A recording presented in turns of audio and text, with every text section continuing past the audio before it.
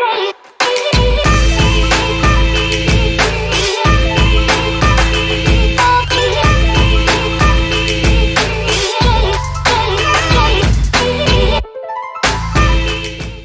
is Charlie Parsons for Boxing Social in association with William Hill and Empire Fight Store. He's sporting a Jordan t-shirt with a headset that looks like something out of like a 2006 call centre. Eddie Hearn, how are we, mate? That's quite good for you, Parsons, you wanker. No, seriously, I thought I'd sort of fit in with you today. So I'm trying to be like whatever you boys do, you know, at your age. I'm a gamer.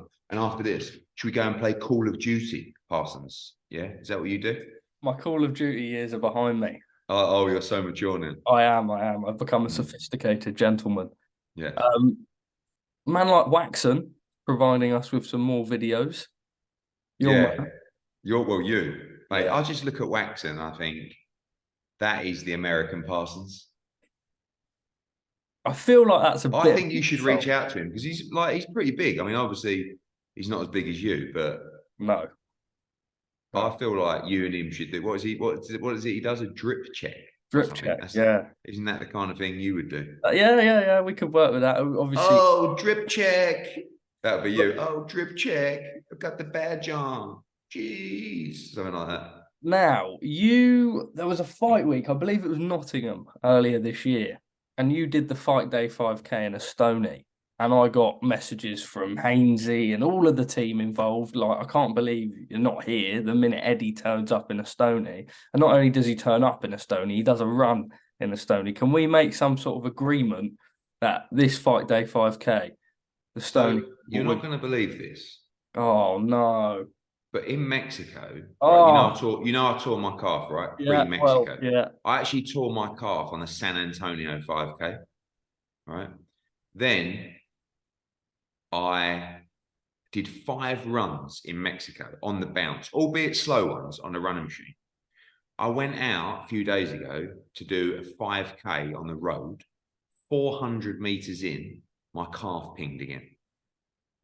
And unfortunately, I cannot run the 5K on Saturday, but I will be there.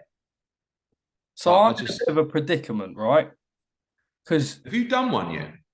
Have I done a 5K yet? No, a fight day.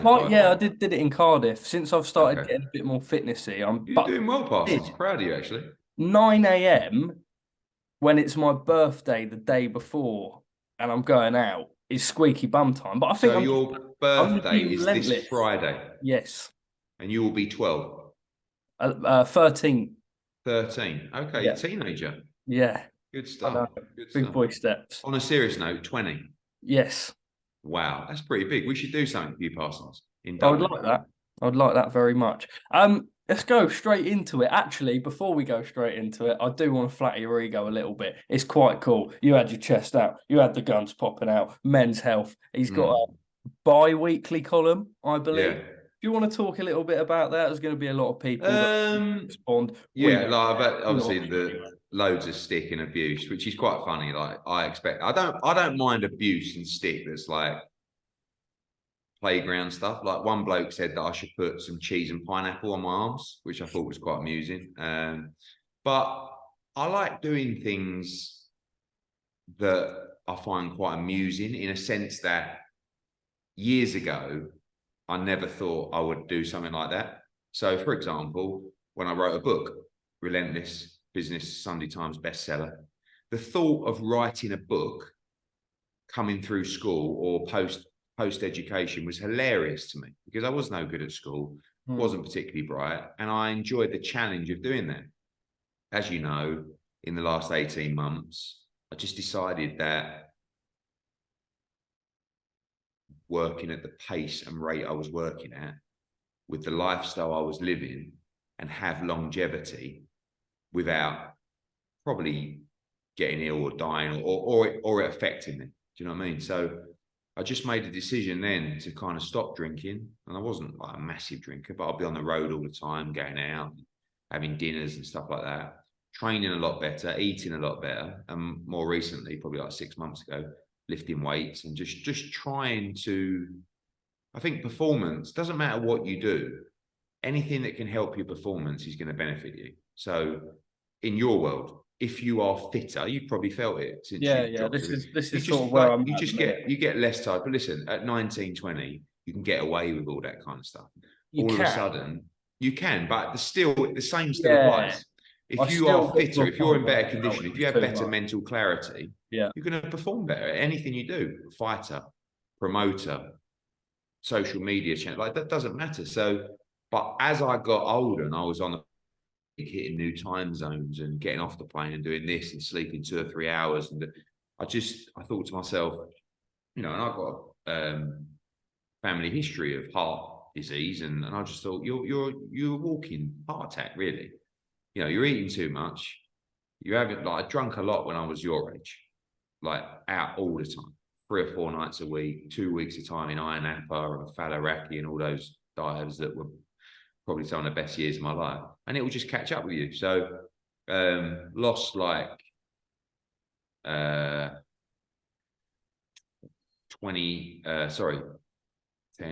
13, 14 kilos, something like that. Probably put 5 kilos back on since I've been doing weights, obviously now ripped to shreds. And I've always read Men's Health, and I thought, listen, they came to me and said, look, we're kind of reshaping the magazine. We like what you're doing. We've seen you working out. We see you've lost weight. See you looking unbelievable. Do you want to get involved? Because you're like, and they kind of humbled me a bit. They said, you're like the average man, right? Works hard, trying to balance everything, and doesn't really have time to do this and that. And at the end of the day, as I've found, show me anyone. Like I love pushing well-being, something we do in the business here. You know, something that I do with, you know, my family, sister and my dad, and like we're always trying to be better, feel better. And that was just an example where, you know, if you look at show me someone that's changed their lifestyle in that respect and hasn't improved their life, it doesn't exist. Like you cannot get fitter and feel better and not improve your life. It's impossible. So just being a men's health was just something that, again, me and my mates would have just cracked up at probably 10 years ago. And I thought that's a pretty cool thing to do. And you know what it does as well, from a selfish point of view, to keep pushing on, because otherwise, like, I can't now do a men's do a men's health column and then put on 10 kilos and start like looking like my face has been blown up by a balloon again. It's been good. It's been and I've seen the extra workload traveling around the world, and people still say, how'd you do it? How'd you sleep? Blah, blah, blah. And it's just, I don't know. I just feel like I was thinking about it today. Someone said it to me. If you just keep going, it affects you less. It's when you come back, like you found it, you know, I think you went to Guadalajara. I didn't hear too much about it on your social media, but like, if you would have come back and had a week or 2 off, you'd have been moping around, oh, I'm tired. If you get back on it, if you get to the gym, if you do this, if you fly out to Dublin, it's just week to week to week to week to week. And like, maybe that's not the healthiest thing in the world. But anyway, in my column, I'll be telling average people who are averagely fit and have an average physique that together we can do more. No excuses. No excuses. Like, I'm too tired, I don't have the energy. Oh, you can always do it, can't you? So quite passionate about it, really. You are, mate. I am. No, but I love feeling good. For me, and this is the last thing we'll say, because otherwise it's like... I was going to say, the interview's not going to start. Well, I'll talk about what I want to talk about in day, Parsons. So, and you never question me on anything difficult anyway, as the whole... here we are. So, but I love feeling great. So when people talk about, again, success for me is can be a feeling of accomplishment. It can just be a feeling of how you feel inside. All right, mate. Oh, Coogan's just knocked at the door. Genuinely. You won't be able to hear because I've got the finger. I've got to take a photo. Why are you gone red? Why are you gone red, Parsons? It keeps freezing. There we are. To photo. Go on, get one for the clout. Go on. Wait, Parsons.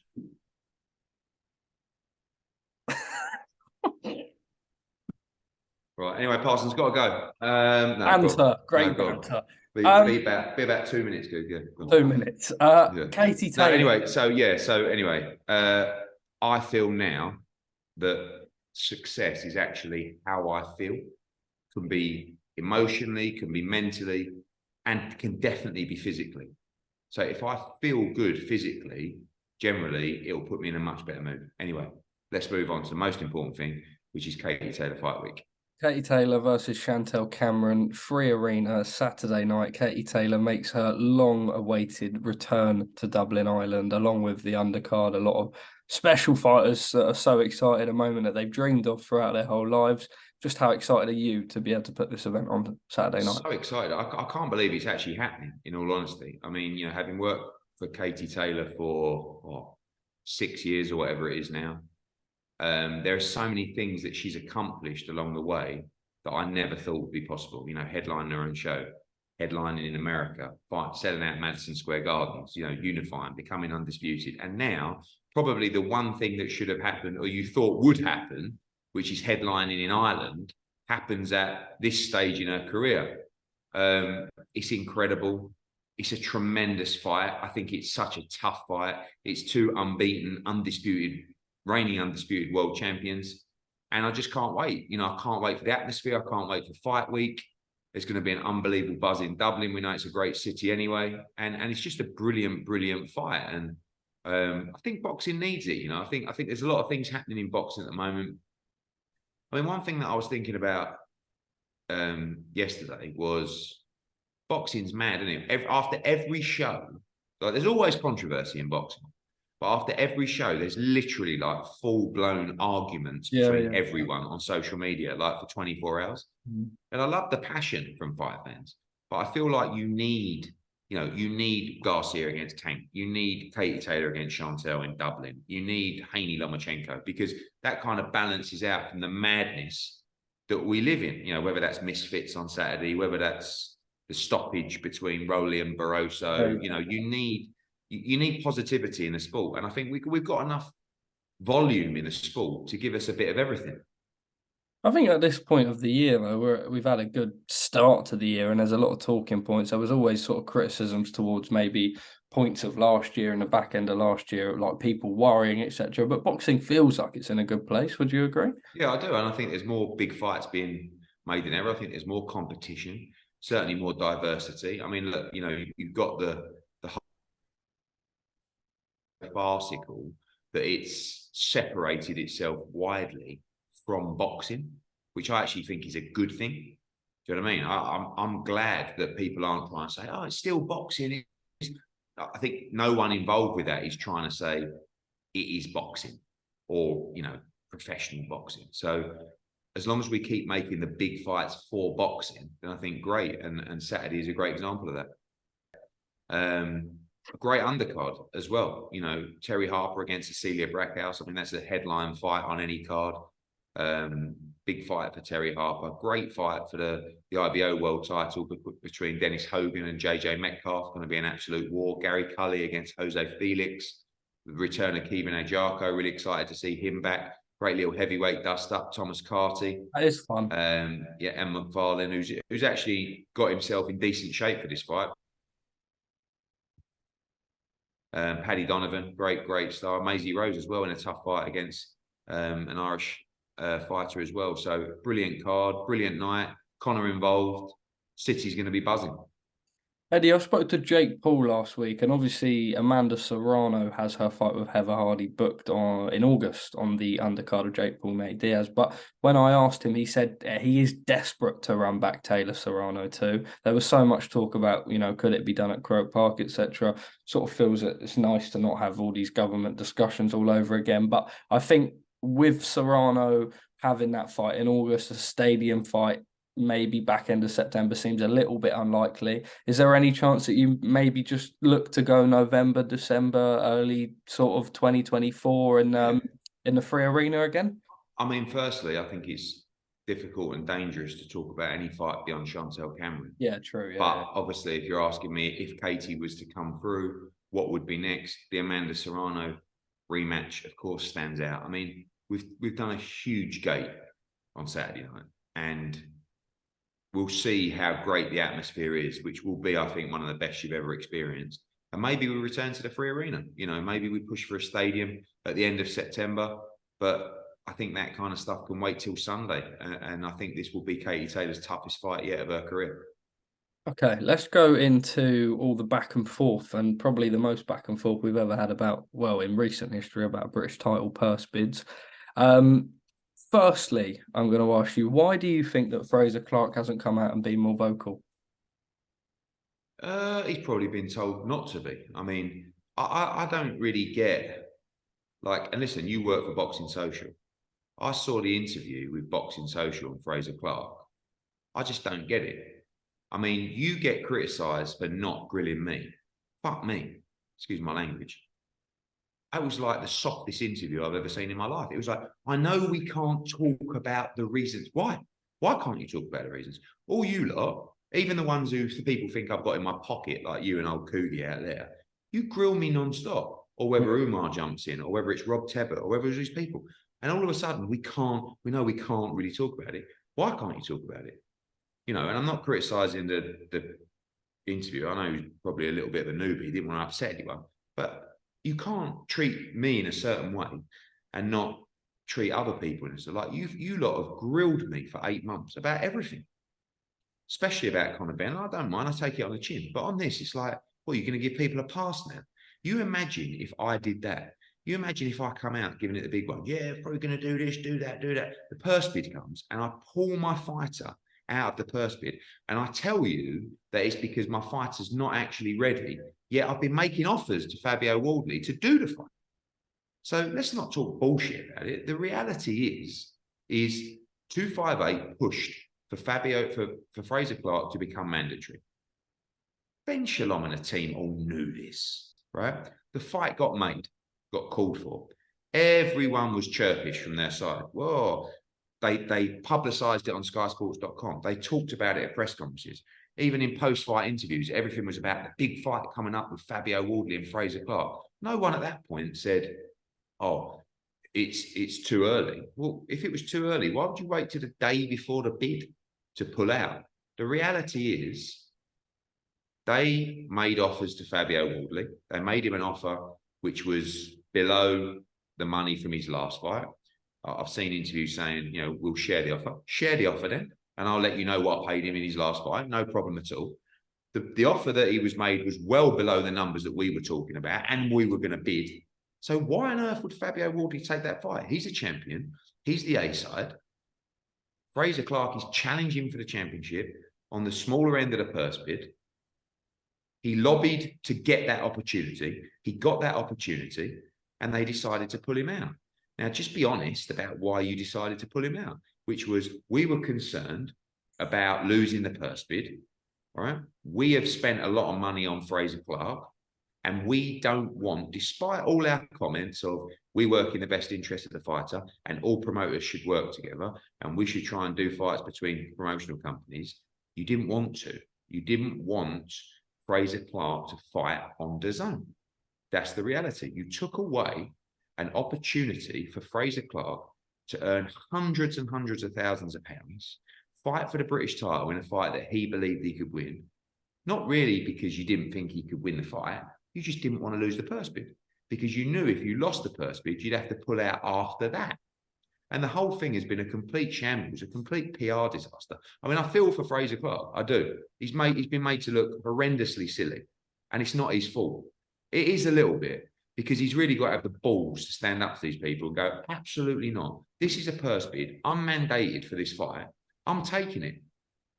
But he got talked around in the offices, you know?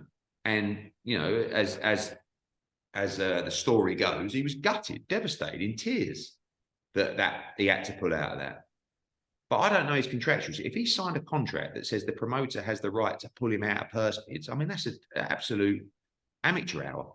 What happens when you get mandated to fight for a major title? So he could get mandated to fight, I don't know, Alexander Usyk for the world title. Oh, no. And the promoter, what, can pull you out of that purse bid because he's worried about not being able to win it. If you back yourself, if you believe yourself, go and fight Fabio Wardley on any platform in a huge fight, get the win, and you're back. You know? And pick up on some comments then, with that being said. So the first thing I want to pick out on is why do you think that they made an offer and then came out and said that he needs to box 10 rounds first? Well, because that tells you everything you need to know. If it was really about, oh, he's not ready for the fight, why would you make an offer? Like, you're coming out and boasting that you made Fabio Wardley the biggest offer of his career. By the way, quite right. And it wasn't even the biggest offer of his career, but it should have been. This fight is 5 times bigger than any fight Fabio Wardley's ever been involved with. So you want to, and anyway, it was well under the offer and the purse that we were going to bid at the purse bid. So why would he even think about accepting it? Anyway, that shows you his bollocks, because guess what? If Fabio Wardley would have accepted the fight, do you think the fight would have taken place? Yes. And therefore, it has nothing to do with him not having a 10-rounder. And by the way, Fabio Wardley's never been past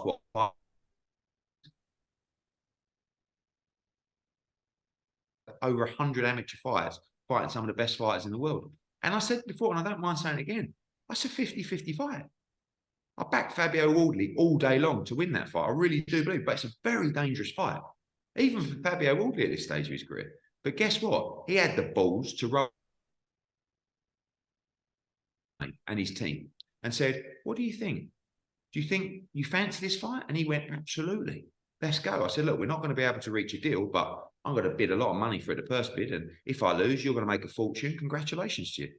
And he was like, 100%. I'm not ducking out of that fight. So why do you feel that he's now come out and said that it's not how things work and that the outrage is fabricated? Because he's a novice in the game and he's been infiltrated with shit. And he thinks that's the norm. I've been working in this sport, around the sport, for 35 years. I've been in the business for 13, 14 years. Never have I ever known where a promoter will have the ability to withdraw you from a purse bid because it suits them. And he said, well, it's just how it works. I can't really not box on Sky. So what happens when this happens again and you do go through a purse bid? What happens when this happens again and you lose a purse bid? Could be for the world heavyweight title. What you're told by your promoter that you can't take the fight because it's on BT or it's on DAZN. It's mental. I understand the investment. I do understand that Sky have done their beans on Fabio Wardley. On Frazer Clarke. And they don't want him to fight on another platform. It doesn't work like that.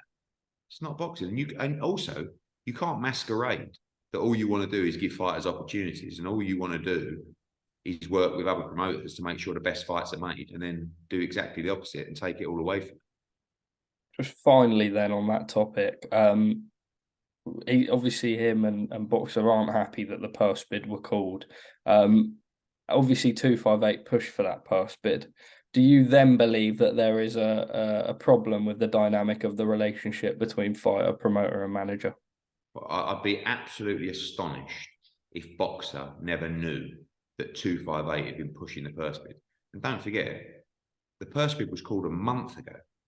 The fact that you run it down to the wire, to the morning of the purse bid, just meant that you couldn't agree a deal. Not that you didn't need a month to think about it. Were you disappointed that it was left to the morning? Yes, because I had a member of staff on a train going down to Cardiff for a bid for a lot of money for a fight that we were about to win. And I was really excited for the fight. I thought it was a great fight for Fabio. I thought it was, listen, none of my business, but a great fight for Frazer Clarke. And I thought it was a great British heavyweight title fight for the fans. And it's just madness that it didn't happen. I mean, when we lost the Dalton Smith purse bid to Sky, I was disappointed. Didn't then go, oh, Dalton, I'm not letting you take that fight. It was a lot of money. Good luck. Go and get the win on Sky. Come back, sign a new deal with us. Sweet. That's what happened. Is it true that Frazer can't be mandatory for 12 months now? Believe so. I don't think it means that the fight can't happen. No. But, Do you think the fight can happen in 12 months? Maybe in 12 months, yeah. I mean, look, we want Frazer to fight in July. Then David Adelaide is going to be the new mandatory. Okay. That's a tremendous fight. I guess that gets made in September, October. You believe Warren and Frank allow him to come over to DAZN for that? If I win the purse bid, yeah, but I might lose the purse bid. Or they might make him a great offer and we take that. I don't. It's like, if George and Frank Warren come to us and said, "Here's a bag load of money to do that fight on BT," and I can't pay that kind of money, then I go to Fabio Wardley and I say, "Listen, how do you feel about this? It's a lot of money. I know effectively you're the away fighter, but I believe you can win the fight. Do you want to do it?" If he says to me, "How much?" Then he'll say to me, "How much are you going to bid in the purse bid?" And if it's competitive, and he'll say, "No, we'll take our chances. We'll have the purse bid. If we lose the purse bid, we go and do the fight." And I believe vice versa with George and Frank Warren. But don't forget, I mean, we had a purse bid for John Ryder against Zach Parker. And George Warren made us an offer that I thought was a lot of money for John Ryder. It was more money than I was going to bid. And he was happy with the team's decision to take that fight. He went on, boxed on a Queensbury show. He won the fight, and then he boxed Canelo Alvarez for a fortune. No problem. All right. So then, when they're saying that Frazer can fight Wardley this year, but on their terms, how to be unpopular quickly. Listen, I've learnt my lesson over the years about what to say and what not to say. And the arrogance of that comment don't do you any favours. All right. Have the Saudis made a formal offer for Anthony Joshua versus Deontay Wilder? No. Ooh. Are we getting close to that? Yeah, we're way there. We're talking all the time, and I guess they're getting everything together in terms of dates and venues and numbers. And we hope to receive that this week. We're ready to move forward with the Deontay Wilder fight, but no official offer, no formal offer, whatever you want to call it, has been made yet.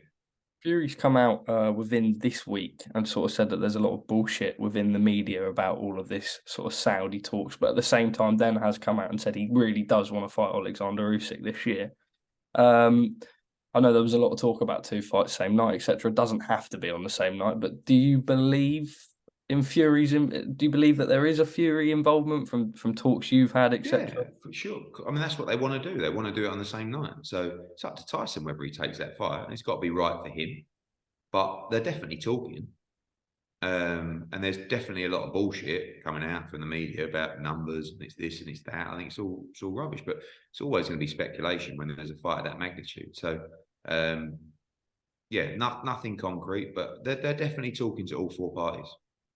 All right. Obviously, you've got to work backwards then. Sort of, firstly, what time scale?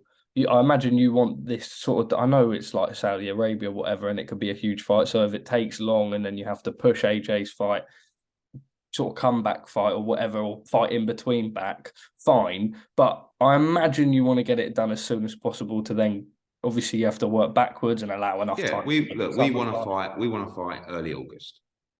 Do you think that's Dillian Whyte? Yes, I think there's a good chance it could be. I mean, if we don't fight Deontay Wilder, I think almost certainly it will be Dillian Whyte. If we do fight Deontay Wilder, I think there's still a good chance it will be Dillian Whyte. I think it's a good fight for everybody. But again, till we lock in that Deontay Wilder fight, we just, keep that in the background. But we hope to make a decision on everything sooner rather than later. There was a lot of talks from yourself in the last couple of months about sort of ticketing and maybe switching from going from the stadiums and then doing arenas, but sort of maybe higher prices, similar to what you did with Joshua Franklin. If Joshua Whyte was the summer fight, do you go the O2 or do you maybe look at bringing that back to a stadium? Does a stadium? I see a lot. I mean, I'm not sure it does stadium. Trust me, it sells out a stadium instantly, that fight. But it's also a great fight at the O2.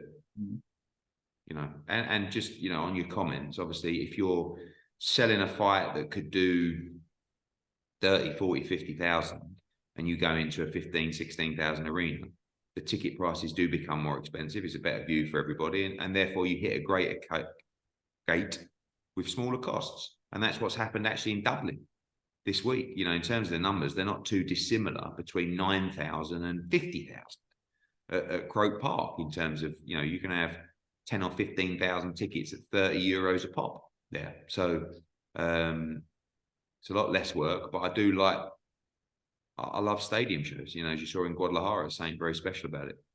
Were you surprised by Fury saying that he wants Anthony Joshua to knock out Wilder, or not really? I think Fury.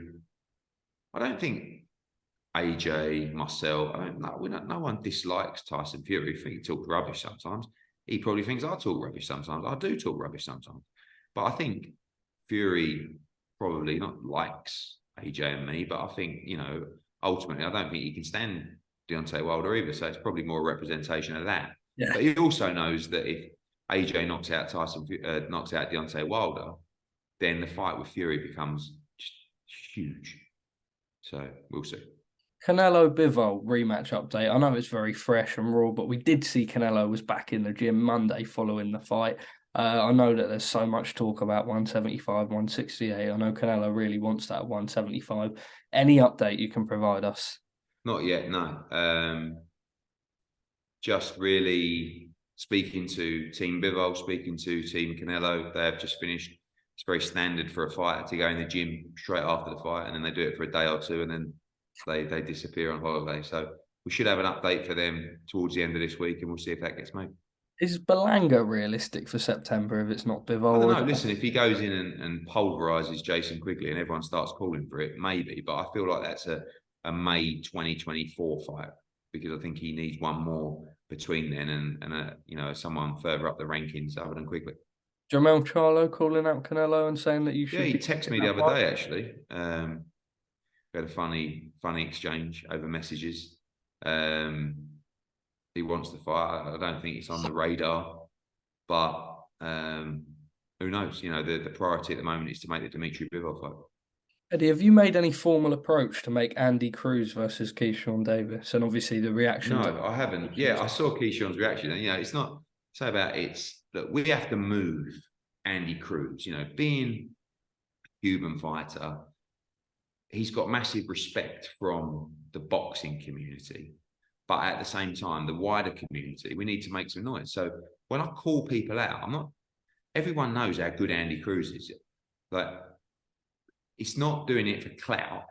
It's doing it because I need to move him quicker and a little bit abnormally compared to just a good amateur. So I know, I spoke to Andy Cruz and his team. They would be happy to fight Keyshawn Davis on his debut. That's actually the fight. Will it happen? No. I've told our guys to reach out to Top Rank. They're just going to say, don't be like, no one's going to want to fight Andy Cruz. And Keyshawn would want to, because he's a fighter. But logistically, yeah. Yeah, not even logistically, just it's too dangerous for him. Like, he's beat him 4 times in the amateurs, and it wasn't a particularly close fight in the Olympic final. But Keyshawn's a pro. He's established in a pro. So, he may have adapted quicker. But we have to see Andy Cruz is going to be in a 10-rounder in a championship fight on his debut. And that will probably land on the Alicia Baumgardner card. She'll be in Dublin this week. And hopefully we'll announce her fight as well. Shannon Courtenay off the June 10 card, I believe. Correct, yeah. Unfortunately, she has a recurring knee problem, which kept her out last time. So we are working on a new opponent. I would like to see a British female get that opportunity at a world title. So we're talking with Nina Hughes' team, but yes, she will 100% remain on the card and defend her world title. Okay, Ed, I'm going to send you another link quickly. I've only got about 5 more questions. I've got to go. Okay, it's literally going to cut. Can I 5 more minutes? Not really, no. It's saying I've only got 1 minute left. Okay, do that. KSI Elbow. Yeah, I don't think it was intentional, but it was a flush elbow. Therefore, a foul. Therefore, should probably be a no contest. But let's be honest, who really cares? Salt Pappy loss. I know, gutted. What's he doing fighting 3 rounds? And, it's a shame, really, because I think actually he could have been developed, but sad news for influencer boxing. Rolly stoppage. Horrendous. He's losing the fight. Barroso is about, he's towards his latter stage of his career, but Rolly was, one of the worst stoppages I've ever seen. DAZN having more UK shows other than Matchroom. We've got some interesting news to announce soon. Clash with Dalton Smith with Eubank Smith too. Yeah, it is what it is. Pay-per-view versus a good domestic show as part of your subscription. We're staying July 1st. Schedule coming up, more announcements. Yes, more announcements coming out over the next, hopefully, week. more UK shows, more US shows, more Mexican shows. Watch this space. Cheers. See you in Dublin. See you in Dublin. See you, mate. Thank you, mate.